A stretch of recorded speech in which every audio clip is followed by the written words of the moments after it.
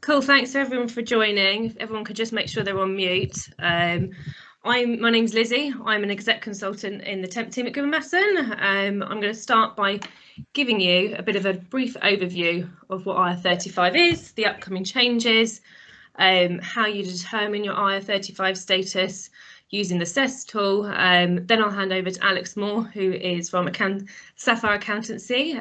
She's joined us today. She provides some umbrella or limited company to some of our contractors, and she'll be talking you through the pros and cons and the differences if your role is deemed inside. I'll also give you a bit of a market overview, and then my director Catherine will be on hand to answer any questions at the end. So, what is IR35? It's a legislation that was created in April 2000. It's not new. It's been around for a little while, but up until now, it's been up to the contractor to determine their own IR35 status. And like many of you, you may have decided to determine yourself as outside IR35. We've got some background noise. Okay. Yeah, thank you, to make sure you're all on mute. It's been up to the contractor to determine their own IR35 status. Like many of you, you would have determined yourself as outside and therefore been working as self-employed and through a limited company.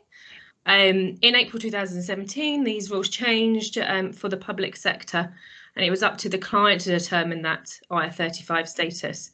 And therefore, the chain of liability changed in terms of tax. So if someone was found to be working outside, but really HMRC deemed the role inside, both the employer and the agency would be liable for tax fraud. In April 2020, it was meant to come in for the private sector, but as you may remember, it was delayed really last minute due to the pandemic. And like the public sector, this is due to come back in now in April this year on the 6th. So very similar, it's going to be up to the client to determine that IR35 status. So what is being used to assess the IR35 status? There's various different amounts of tools that you can use on the market. The probably most popular and widely used one is called CES tool, which is available on HMRC's website. I'd encourage you to definitely have a look through it. If you haven't done so already, you can use it as many times as you like. It's free, but it is up to the employer to go through that when assessing a new role. So they must be able to do that for each position they hire. Things that are looked into and measured on the questionnaire is control. So where, when, how, and what work is being done. So, for example, are you working set hours like a permanent employee? Is the manager telling you how to create that piece of work? Or is it yourself that's coming in with more of that control? If the employer is controlling more of it, it sort of supports the role being inside IR35. Substitution, probably the biggest deciding factor on the questionnaire. It refers to you being able to substitute someone into your role if you were off sick or on holiday, for example. And there are questions about whether your client, whether the employer would allow this. So would they allow you to send someone in they hadn't interviewed or reference checked? Unfortunately, if they object to this, this would likely support the role being inside IR35. It's worth noting if they don't object to substitution and you do this in a contract, you would have to be able to hire someone from your own network. You'd have to know them. You'd have to pay them through your limited company. You couldn't engage an agency like us, for example, to support you with that, to support you finding someone. Goodman Masson have looked into substitution a lot because it is a key factor in the questionnaire. We are happy to accept determinations of outside IR35 with the use of substitution, but we will need to make sure clients understand what this means and would need an email on file to say they would accept unfettered substitution. So some other things that are measured on the tool is, how you paid as a contractor. Is it an hourly or daily rate, or is it a fixed rate for a piece of work? So, builders, for example, will quote you for a piece of work for fitting a new kitchen, and if they were to make a mistake, they'd likely do that without charging you extra. Whereas a lot of the contractors we work with are probably paid on a daily rate, and if a mistake's made, they would probably fix it the next day, but be paid to do so. and in which case would support the role being inside IR35. Management responsibilities are also asked about. So are you having to hire a team, doing appraisals, again, supporting the role inside?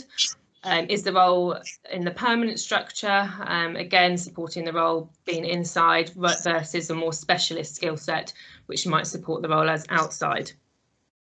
These are all examples of what the questionnaire measures. There's other questions as well on it. Like I say, definitely look through it if you haven't done so already. The questionnaire certainly has its flaws, as is the questionnaire that covers all manner of different jobs, from builders to finance contractors, for example.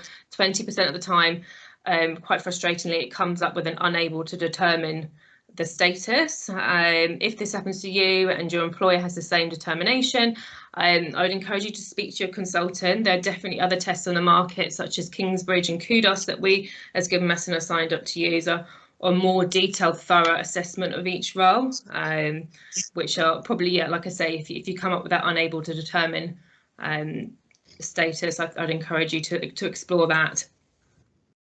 But unfortunately, from past experience with determining roles for public sector, the majority of people we look to hire into contracts probably are likely to fall inside IR35.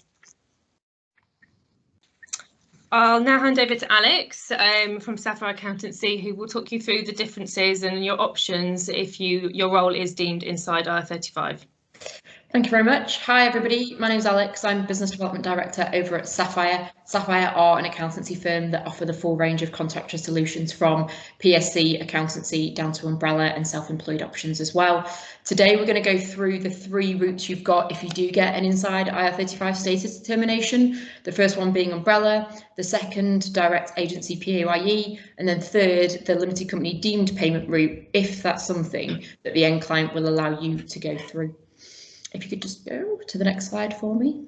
So what is PAYE umbrella? For those of you that have never engaged through an umbrella before and you've always been limited company, the PAYE umbrella is an employment PAYE tax service. So the umbrella company, such as Sapphire, becomes your employer.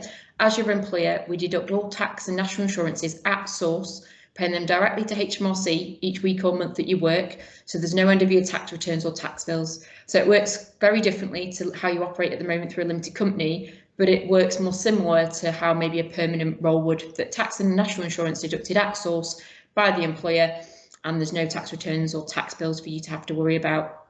Now, at the moment, you'll be paid at a limited company rate of pay. That would be the same gross rate of pay that you would get being paid to you via the umbrella provider. Now, that rate of pay is already inclusive of employment costs. So it does include things like employers and apprenticeship levy, holiday pay, etc. In terms of holiday payments via the umbrella model, we have both options actually, but the default option for most contractors that operate via umbrellas is that they want their holiday pay proportion of their gross rate of pay to be paid to them every week that they work. So they get the most from that gross income, and there's nothing accrued for holiday. So similar to what you work now, if you take a week off, there's no additional holiday pay due because you've had that proportion of your income paid to you each week. That's something that we offer as standard. However, we do also have the option for those that want to go down the umbrella for some of the other benefits to accrue holiday pay if that is something that you think would be useful for you. So that's holiday pay. There are other elements that you can operate through umbrellas that can reduce your tax bill, which is something called obviously private pensions via salary sacrifice. So if you're in a position and you are interested, and you might already do this, but any money that you put into a private pension via salary sacrifice, it's up to 40,000 a year, but that can be put in tax free. Now, Sapphire do give you the employees and the employers and the income tax saving on that. So if you're high rate taxpayers, for every £200 a week you put into a pension, you'd be saving around £100 in tax. So that might be something that you do want to look at. If you've already got pensions set up, Sapphire are very flexible in terms of who we can pay into. It's any pension or SIP, and if you don't, we can offer advice on that. The other things to look out for with umbrellas, reimbursed expenses. So if a client, say for example, you have to go overseas for a flight, and a client pays that expense back to you, via the umbrella solution, via our solution, you can have those reimbursed expenses paid to you tax free. Now, it is something to just be wary of, and when you're doing your research into other umbrella companies, these things that I'm going through initially, do ask questions on how they operate these. Some umbrella companies will require you to claim the tax back on reimbursed expenses on a P87 rather than doing it each week. More than fine for them to do that, and it's compliant, but it's just an extra thing that you would need to do at the end of the tax year, and it would obviously reduce your cash flow throughout the year. So that's an overview of how the umbrella works. In terms of some of the pros and cons, I'll start with the cons first on each of these slides. There's no two ways about it. If your limited company rate of pay via the umbrella is the same as what you've been operating outside of IR35 via your limited company, then your net pay is going to reduce going forward. You're paying pay-as-you-earn tax and national insurances. Through your limited company at the moment, you're probably taking dividends. You might have had a spouse that you're using as a second director. Unfortunately, that's been taken away, and we don't want this to happen, and neither do Goodman Masson recruitment agencies or the market in general. But unfortunately, this is something that HMRC and the government are levying on us all. So there's no two ways about it, that the net take home unfortunately does reduce on the umbrella. There is obviously a margin for the services that we offer, and all umbrella companies do charge a service fee, so that is something to consider as well when you're looking at your options. And in terms of the pay slips, they are slightly more complex than a permanent payslip or a standard agency pay-as-you-earn payslip, and that's because they do have things on there such as the employment costs of employers and I. So there are some of the things that you need to take into consideration when looking at the umbrella. In terms of the pros, there is an increased net take home compared to agency PAYE, so that's something to consider. There is reduced administration, so although your net take home is going to reduce, there is a lot less administration if you're operating umbrella PAYE, because you don't have a limited company. You've not got to do quarterly VAT returns, annual sets of accounts, pay tax bills on a quarterly and annual basis. The admin does reduce. In terms of how we work with Goodman Masson at the moment, and the majority of the agencies that we work with, to be honest, you continue to submit your timesheets as you do now. They automatically pay us and we automatically pay you. There's no additional administration or duplicated timesheets that you need to do on a week-to-week basis. And the process is very seamless. So once you've done initial onboarding and registrations with ourselves, each week you should just, or month, depending on your payment frequency, you should continue to be paid. You get text messages, pay slips, etc., without having to do any extra administration. Via the umbrella, you are an employee for both tax purposes and employment purposes, so you do get employment rights and benefits. Now that's things like statutory sick pay, paternity, maternity, obviously furlough payments that we went through and paid to a large number of our contractors last year. So that is something that you can benefit by going down one of the employed options. I've already mentioned the pension options. Sapphire do have, and many umbrellas also have, different enhanced employment benefit schemes. So one of those options we have on ours is a 24/7 GP that you can access, as well as a whole host of discounts. And one of the other main benefits of umbrella, and this is all umbrellas, is continued employment. If you go down the umbrella route and you stay with that umbrella for the duration of your contracting life, you've got one employer. That simplifies tax codes, tax situations, pensions, whether it's auto enrolment or private pensions, and it can help to improve loan and mortgage applications and just improve your overall credit. If you go down the agency PAYE route and you have a 3-month contract with one agency, pay as you earn, and then you go to a different agency for another 3-month contract, and that continues. Every time you change, you're changing employer as well. Then you have to get P45s, it's new tax codes, and new auto enrolment pensions for every employer that you go down. So it is a little bit more complex in terms of your overall tax situation. So that is the umbrella in a nutshell, and I know at the end we're going to answer any questions which we'll go through. This is just to give you guys an example illustration. It is just a random example, but what it shows is what we can provide you if you contact us directly to get some more information on your personal circumstances and personalised illustrations.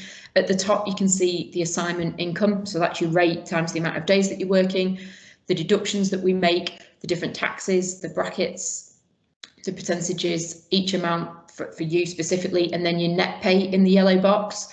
Now Sapphire can supply this for all the various options, whether it's umbrella, the deemed payment that we'll come on to, and we can also provide pay-as-you-earn ones as well. Even though obviously that's something you do directly with your agency, we can provide those illustrations to help you make a bit more of an informed decision.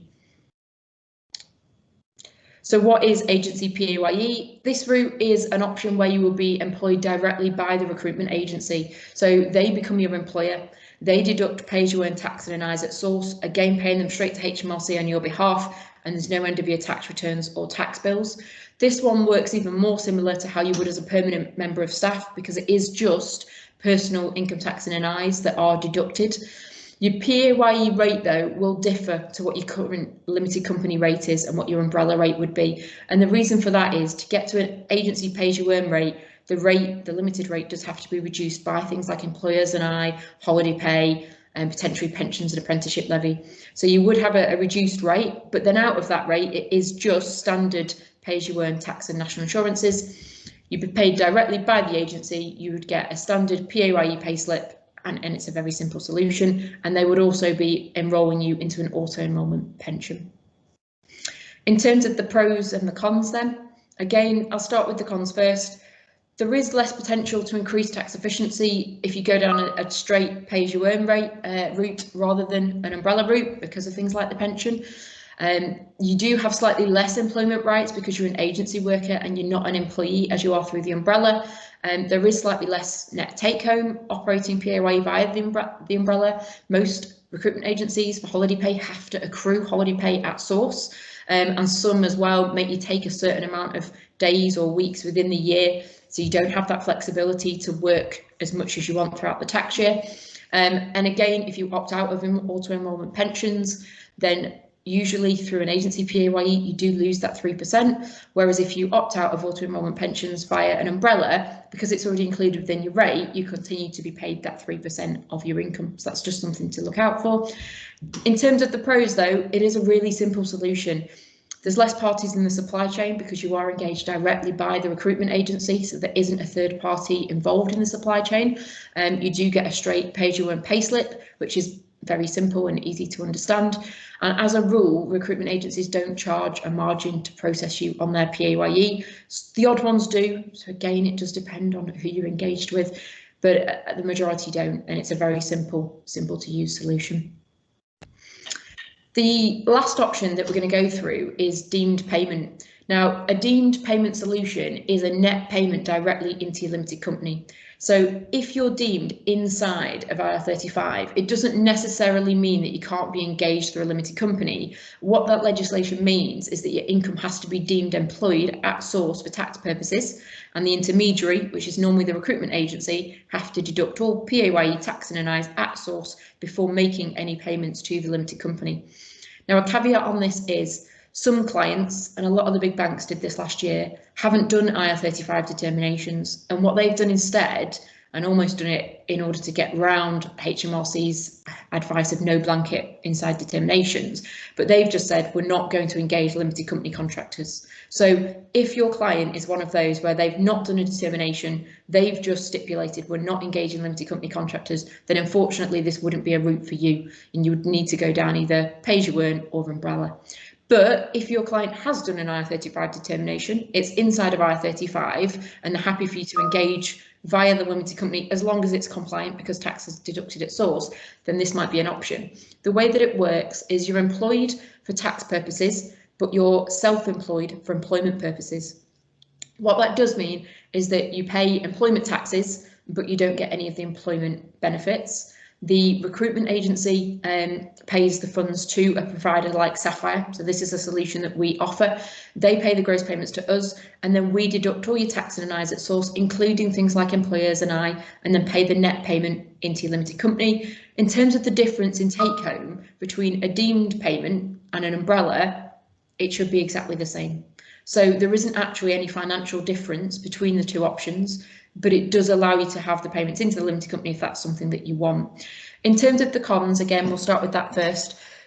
As I said a second ago, you're employed for tax purposes, so you pay all the employment taxes that you do on the other options, but you are still self-employed, so you don't get the employment benefits, so the statutory sick pay, paternity, maternity. You're potentially paying a lot of duplicate fees because you're having to pay your accountancy fees still because you're a limited company still active. You might be paying business insurances, but then you're also paying an administration fee to the likes of Sapphire in order for this to be processed. So you are really doubling up on your fees there. You're still operating a limited company, so you still have to do quarterly VAT returns, annual sets of accounts, and tax bills still have to be paid. So there is a lot of administration. And as I mentioned earlier, that there isn't the option to do things like salary sacrifice, private pension contributions if you go down that route, and reimbursed expenses have to be taxed at source. So there's no option for us to pay those to you tax-free, which we can do through the umbrella route. So that's the cons. Obviously, there are some situations where this is a viable route and will be an option that some people will want to go down. You do remain self-employed. The couple of options where I see this being viable, say for example, you're confident that although you've got an inside of IR35 contract for the foreseeable future, you are confident you're going to get outside of IR35 contracts in the future. You want to keep your limited company active. You might switch from inside to outside roles throughout the tax year, and you want all your income to go to one business bank account for your accountant to have an oversee of your full financial affairs throughout the year. So if that's you, and you do have the opportunity to switch between different contracts throughout the year in different statuses, this might be an option. Or in the similar vein, if you've got other revenue streams, so things like property, rental income, and again, you utilise your limited company for that, and you want the income and all your revenue to stay in one place for your accountant to continue looking at the overall financial situations, then this might be the route for you. Because it's employed for tax purposes and not employment purposes, there isn't any auto-enrolment pension that we have to do on both the umbrella and agency PAYE. The government now stipulate that we have to enroll you into an auto-enrolment pension. You can opt out of them, that's not a problem, but it's just an extra step that we have to go through on those routes. On the deemed payment, that isn't the case. In terms of take-home pay then, and what's the difference? Ideally, obviously, it's best for you to get some individual advice on what your rates of pay are, how often you work, how many hours, days, what your personal circumstances are. And as I said, if you speak to ourselves and other companies within the market, then we can give tailored illustrations. However, to give you a bit of a rough overview, here's an example on different day rates on the left-hand side and what the difference is between umbrella take-home in the middle and a limited company take-home on the right. Caveat to this, obviously everybody's limited company take-home is very different because some people might be operating very basic limited companies and some might have spouses that don't have any other income streams, so they can really reduce their tax bill. So this is just to give you a rough idea of what an approximate take-home would be limited compared to the umbrella. So if we look at the £300 per day rate through a limited company, you might be taking home £1,116 per week from your gross income at the moment after you've paid your tax bills. On the umbrella, you're looking at 937. Again, the caveat to this is that 937 is a standard illustration. It might be that you can reduce your tax bill by things like pensions and other options. So this is just to give you an example, but it's anywhere between 10 and 20% is the difference between the take home if your rate of pay stays the same. And I think that is everything from me. I'm going to hand back over to Lizzie. Cool, thanks, Alex.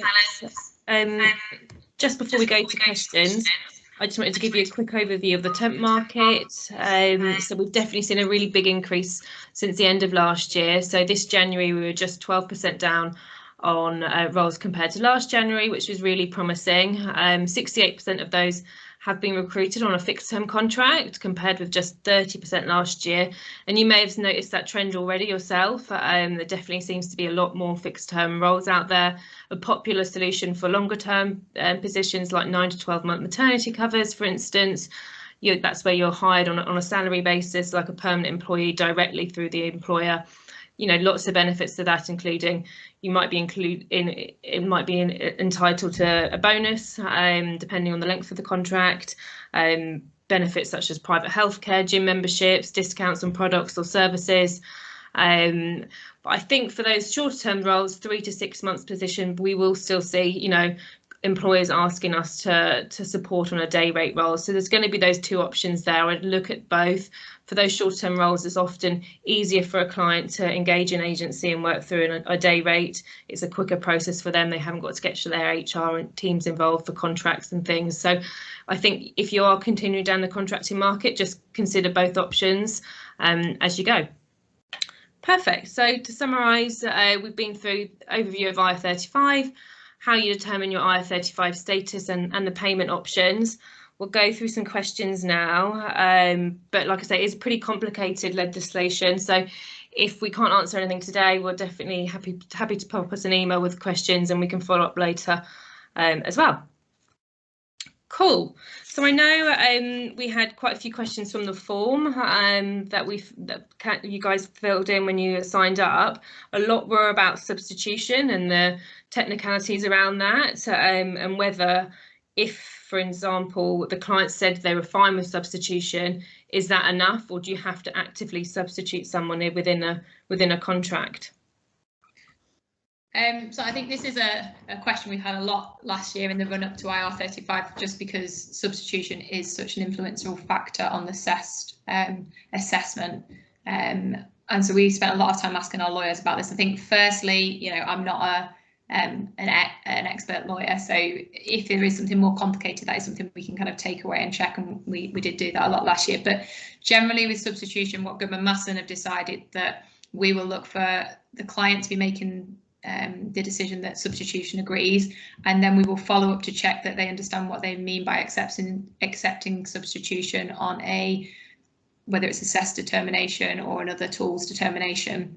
The reason we kind of ask that additional question is HMRC say that we have to take reasonable care in the assessment that's been made, and we need it to be unfettered substitution. So, for example, as Lizzie mentioned, the client can't reject a substitute. So the process that Goodman Masson will put in place is that the client is accepting that and then confirming that they understand what it means when it's kind of been spelled out, and that we would also ask that the contractor also completes an example of the assess tool and confirms what it means for anyone that is currently working through a limited company and transitioning through to pay as you earn or umbrella. Cool, thank you, Catherine. And I think, again, a few questions around what would need to be included in a contract if it was deemed as outside IR35. So I think a really important point here is that to be clearly kind of outside and safe, and that your assessment is correct, it can't just be what's in the contract. So you could have a contract that was written perfectly to say you're outside, but if your working practices don't match up, when HMRC come to kind of investigate, you could have the best written contract in the world and it wouldn't matter. There's a couple of additions. So when we've had our contracts updated in line with the updated legislation, so anyone working for us would be issued a new contract just to make sure that it does support a true outside result. Additional details in there will be, for example, the provision of services. We will ask line managers to provide us things like perhaps a project timeline, where it can make it just much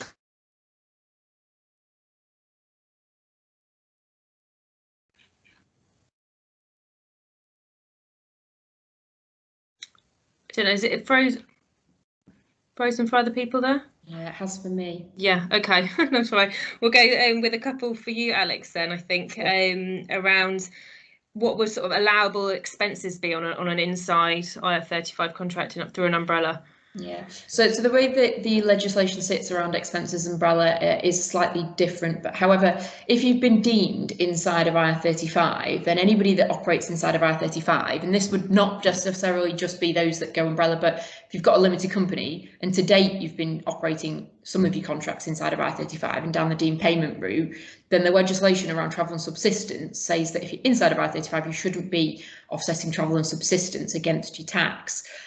However, in terms of if we just take IR35 away and we just look at the umbrella solutions in general, everybody 5 years ago was allowed to offset travel and subsistence against their tax bills via umbrellas, and that was one of the main benefits. There's now legislation that sits around that called supervision, direction and control.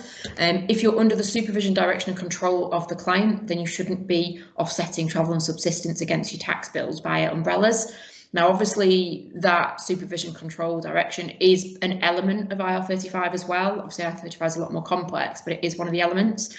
Some umbrella companies will just not allow any expenses, regardless of where you sit with supervision, direction and control. Others will. Those that do have SDC tests is what we call. So when we go through a consultation with contractors, and this is our process, if you have a conversation with Sapphire, go through the umbrella illustrations and consultation, and you discuss expenses with the team. If they think you might be eligible, they'll then run you through a series of questions to help try and determine whether you are under SDC or not. If you're not, great, you can submit travel and subsistence on a week-to-week or month-to-month basis, and we offset them at source. If you are under the supervision, direction and control, then you can't submit expenses. The one thing that I would say is the first port of call for TNS is the 24-month rule. If you've been on site for 24 months or longer, so at the same client, on the same site for that period of time or longer, or anticipate that you're going to be there for longer than 24 months, then HMRC don't class it as a temporary workplace and you can't offset travel and subsistence. If you do pass though, travel, subsistence and accommodation, anything else, one-off expenses need to be done at the end of the tax year via a P87 or a self-assessment. Cool, thank you. And then I know we had a couple again around mutuality of obligation and whether that's sufficient enough in itself to put you outside. Yeah, what I would say is IR35 is very complex, and although the three main factors are control, substitution and mutuality of obligation, as a rule, although substitution is obviously the strongest one, if you've just got one thing that satisfies IR35, it probably wouldn't be enough to keep you outside of IR35. There's a lot of factors like financial risk, being part and parcel of an organisation, whether you provide your own machinery, tools, etc. And it's an overall view really. So if you just satisfy one of the 10 categories in total for IR35, especially with it being mutuality of obligation specific question, but you couldn't substitute and you were under control, I'd be very, very unsure that would ever get an outside determination, I'm afraid. And at the end of the day, it's the end clients that are now making these decisions as well. So even if you think you've got mutuality of obligation and you think that means you're outside, if the end client has a different opinion, unfortunately, it's sitting with them. Cool, thank you. And then again, a few questions around who should pay the employer's national insurance. Is it up to the contractor, the umbrella, or do we have to put it back onto the employer? Yeah, so it's a good question. It's obviously just a massive part of this transition because the employers and I is an element that is now being included. A limited company rate of pay should always have been inclusive of employment costs, so employers and I holiday pay. However, today, a lot of industries have never engaged contractors on a pay-as-you-earn or umbrella basis. They've always been engaged limited companies. That's how you've all worked for 5, 10, 15, 20 years. And you've only ever looked at limited company rates. So there's never really been the explanation or the difference shown between a limited rate and a pay-as-you-earn agency rate. If there had have been, you might have been given a rate of £300 limited company, and if you'd have asked if you could have gone pay-as-you-earn through the agency, they'd have said, yes, you can, but the rate might be £250. And the reason that is because it's had the employers and I and the holiday pay taken off. So that's how a limited company rate should be made up, inclusive of the employers and I already. Obviously, the umbrella company has to make those deductions on your behalf. What I would say is it's down to you guys, I suppose, to try and negotiate with clients to see if you can get a rate increase to compensate. They might not go the full 13.8%, you might be able to negotiate somewhere in the middle. That being said, I'm not seeing many clients that are just saying across the board, right, we're going to give everybody a rate increase of X amount percentage to compensate. Unfortunately, we're just not seeing that. But that being said, I have seen many contractors get rate increases where they've been able to negotiate it. So I think it's just going to have to be on a case-by-case basis, really. Yeah. And we've got a question here about like last year where it was delayed very last minute. Is there scope for it to be extended again? $1 million question. It's gone through Royal Assent. The draft legislation is out. I don't think it is going to be delayed. The government made it quite clear when they were announcing things like furlough that they wanted to bring tax in line. Whether we all agree with it or not, is a different matter. I would say, 95% this is moving forward. Everything we're seeing within the market from both HMRC and the government says that the legislation is going ahead. But there's nobody can say anything for certain at this moment in time. No. And if a contractor enters a fixed term contract, will there be a benefit to keep that limited company open still? Yeah. Probably not, because if it's a fixed term contract, it's probably going to be longer term. So I would say that, and again, speak to your accountants about this, there is the option to put limited companies into dormancy. However, a lot of accountants do still charge, even if the limited company is dormant, because there is still VAT returns, etc., that need to be done and annual sets of accounts. So it could be that it's costly for you to keep that business running. That being said, if you confident that in the future you're going to get an outside role, it might be that it's just simpler to keep it dormant if you're happy to outlay that cost. If you don't pay an accountant because you do it yourself, there's no costs involved. It might be that you've got an amount of money within the business, And obviously, until you take the funds out of the business, it's not taxed. So it might be that you want to keep it there in the background, keep it active, keep the money in there, not have to take the money out and pay tax on it straight away, because you might work on a fixed term contract for the next 12 months and then take 12 months out. And in that 12 months, you can then be drawing that money down. So it all just depends on your circumstances. Yeah, absolutely. And I guess a lot of contractors might feel the same. What happens if you disagree with the determination? How do you sort of appeal that? There is an appeals process, isn't there? So you've all got the right to appeal. You've all got the right to see your status determination if that's the route that the clients have gone down, and ask for information around that, and you've got that right to appeal. I haven't seen a large number of appeals being overturned. However, I have seen the odd one. So you've got nothing to lose by appealing those decisions. So yeah, that right is there. Yeah, absolutely. Maybe that's a good chance to use a more thorough assessment other than the assess tool if there was areas you disagreed on. I'm just trying to flick through what else. What's the difference between being deemed and being paid directly by the client into your limited company, and your limited company pays employers NI, etc.? Is that an option?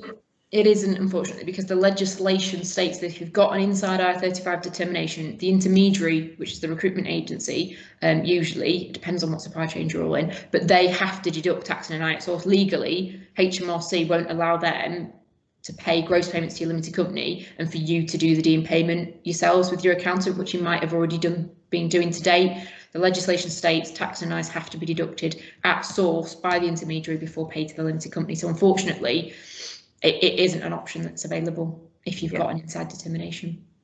Okay, and another one here, if a role doesn't sit in a permanent structure, for example, bridging a gap between a period of redundancy, would that sit inside IR35? I guess that would be depending on what the role was. Yeah, but there's got to be a lot more kind of factors in that. Yeah, and then I think this last question here refers to that last point. What if there is no intermediary, or if the client pays the limited company directly? Yeah, so again, this legislation would state that they should, because they're paying you directly, they should then be deducting the tax and NIs at source before paying the limited company. So that's what they should be doing. Obviously, depends on whether the clients are going down the route of working with the legislation and working compliantly, but that's what they should be doing.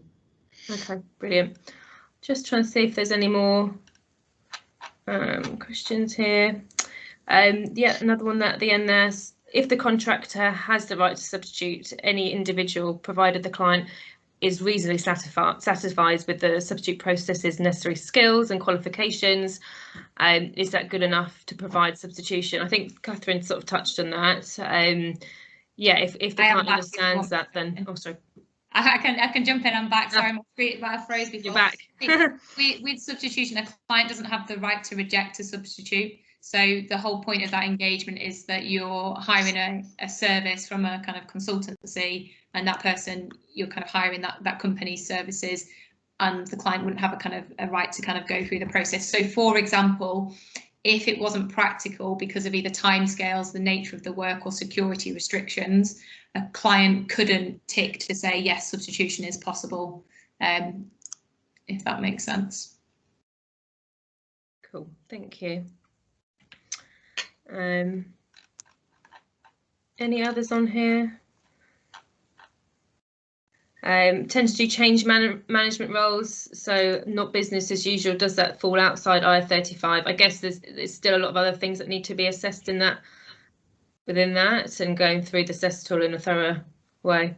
Yeah, I think, making any assumptions in terms of, you can't just say this group of roles falls inside or this group of roles fall outside. It's very much on the kind of details of, as you said, how you work, when you work, who directs your work, and I think the best thing to do is to go on to assess as a starting point. As you said, it's a free tool, I think, and kind of start working through it, and it'll show you, what the questions are, and then if you're kind of coming up in that undetermined group, the 20% that assessed unhelpfully doesn't give an answer for, that's where you might start to look at alternative tests which provide.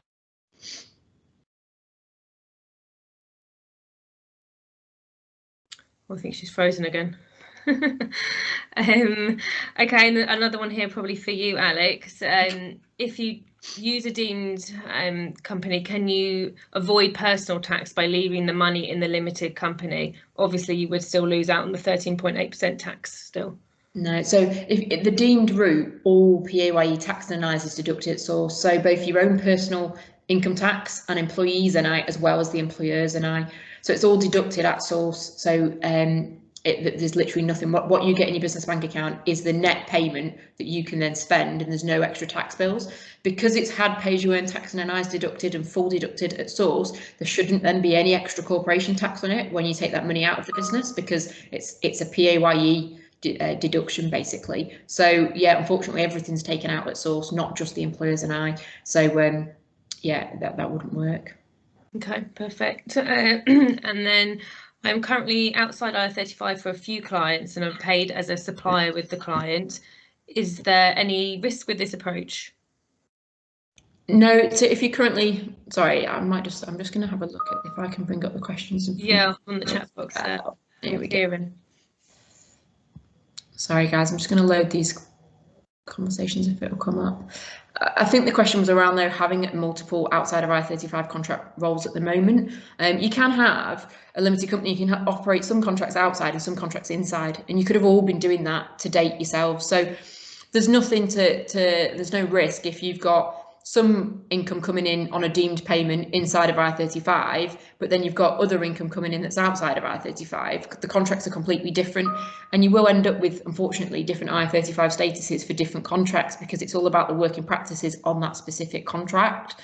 So you can do that, and there isn't any risk as long as the correct, determinations have been done, and the end client is the one that's giving that outside determination, and they've done a correct review, they've actually done a fair assessment, then there shouldn't be any risk to yourself. Cool. And does it mean we won't have to do a self-assessment next year?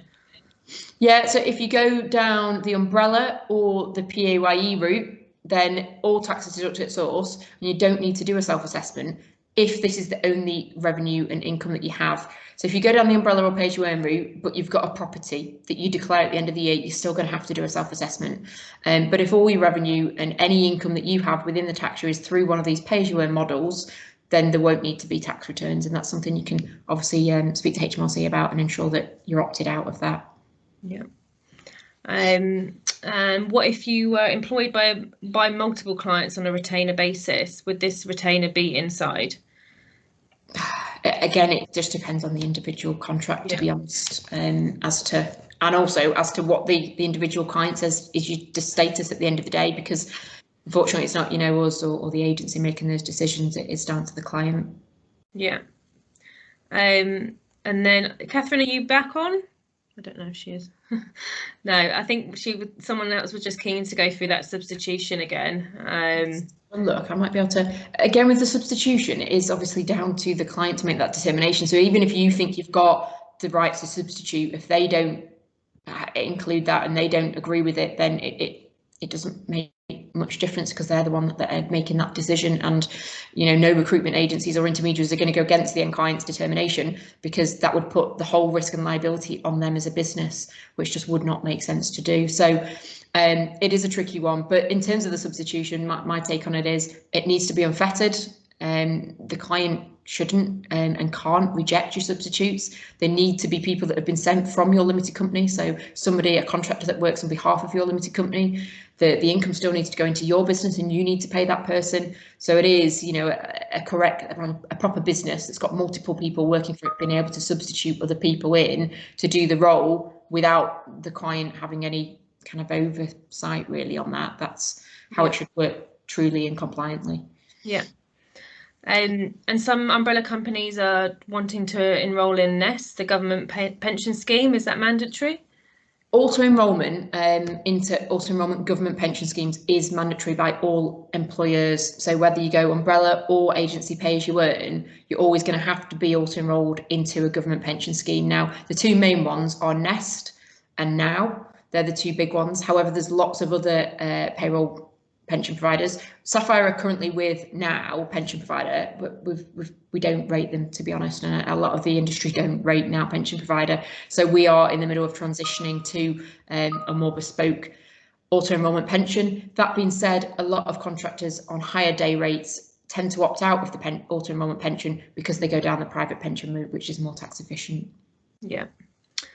And then maybe a final one here. What's the most tax efficient payment option to take for contractors?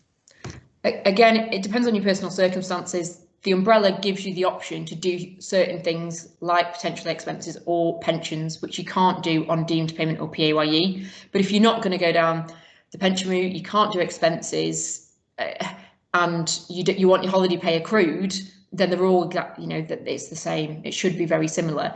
But like I said on one of the slides earlier, on agency PAYE, if you opt out of auto enrolment pension, you don't get to keep the 3%, but you do get that through the umbrella, and you would keep that even if you opt out of auto enrolment.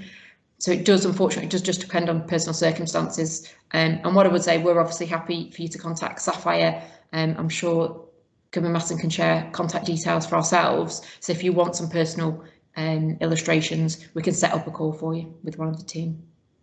Cool, perfect. And then someone here, just to be clear, if both parties are happy for the contract to be outside, then can continue as normal. Yeah, absolutely. Yeah, if you've got the test results that are both the same outside, then that should be fine. Best news all round. Absolutely. Well, obviously the agency take a role in making that assessment. It's important to kind of note that an agency have to agree with it as well, because the responsibility is also on the agency. Absolutely. Perfect. I think that's all the questions that we've had, unless there's any final ones there. But thank you. Yeah, thanks so much for joining. If you've got further questions, definitely pop your consultant an email, and we'll get back to you. Because yeah, it is fairly complicated, but I think it's, you know, you've got 6 weeks to sort of get plans in place, and encourage your employer to do that assessment on CEST as soon as possible, really. Yeah, it's one thing that's worth noticing, and hopefully doesn't get to this with any employers, but if an employer hasn't given us a result by the deadline, the responsibility sits with the agency. So at that point, we'd have to make a decision to kind of pay as you earn or umbrella. So it is really worth kind of speaking to your line managers and your consultant just to make sure that that process is moving along in a kind of timely manner. Perfect. All right, well, thanks so much for everyone joining, and yeah, definitely pop us an email if you've got any other questions. Thanks for your time, everybody. See you later. Thanks. Bye-bye. Bye.